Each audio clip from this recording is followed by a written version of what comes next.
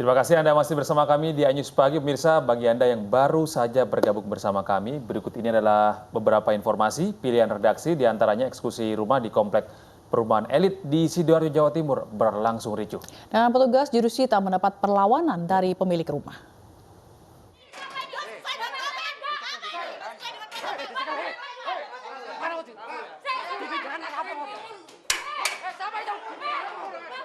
Pemilik rumah di perumahan Delta Sari Waru, Sidoarjo, Jawa Timur ini berusaha mempertahankan rumahnya saat akan disita oleh jurusita Pengadilan Negeri Sidoarjo. Terjadi adu mulut antara keluarga pemilik rumah dengan petugas jurusita. Namun petugas tetap melanjutkan upaya pengosongan rumah ini dengan cara membongkar gembok. Nyaris terjadi baku hantam saat pintu pagar rumah berhasil dibongkar petugas. Aparat kepolisian sempat mengamankan seorang tak dikenal yang berusaha memukul pemilik rumah. Keluarga pemilik rumah tetap bersikeras menolak putusan pengadilan.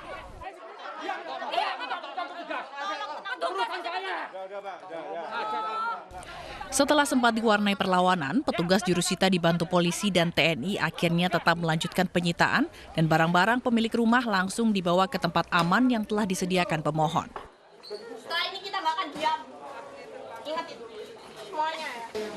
Sebelum pelaksanaan eksekusi dari pengadilan sudah menempuh prosedur, artinya sudah diberikan amaning tanggal 14 September 2020, artinya teguran akan dalam waktu selama-lamanya 8 hari untuk menyerahkan atau mengosongkan tanah tersebut secara sukarela.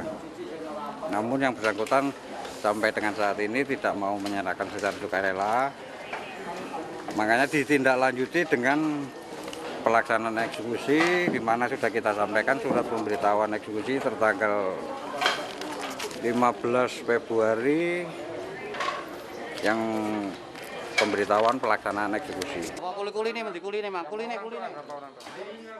Kasus ini bermula setelah pemilik rumah tidak melunasi pinjaman bank yang kemudian rumah ini dilelang dan dibeli pemohon. Karena terus mendapat perlawanan dari pemilik rumah, pemohon akhirnya membawa kasus ini ke pengadilan dan akhirnya pengadilan memenangkan pemohon. Yang tua lagi? Pemirsa, sebuah gudang di area pembangkit listrik tenaga uap Ombilin di Sawalunto, Sumatera Barat terbakar. Besarnya kobaran api membuat sejumlah warga dan karyawan PLTU panik. Informasi ini sekaligus menutup jumpa kita dalam iNews Pagi hari ini. Atas nama kerabat kerja yang bertugas, saya Fazila Khairunisa. Ya, dan saya Gede Satria undur diri. Selamat beraktivitas, tetap sehat, tetap semangat, dan sampai jumpa.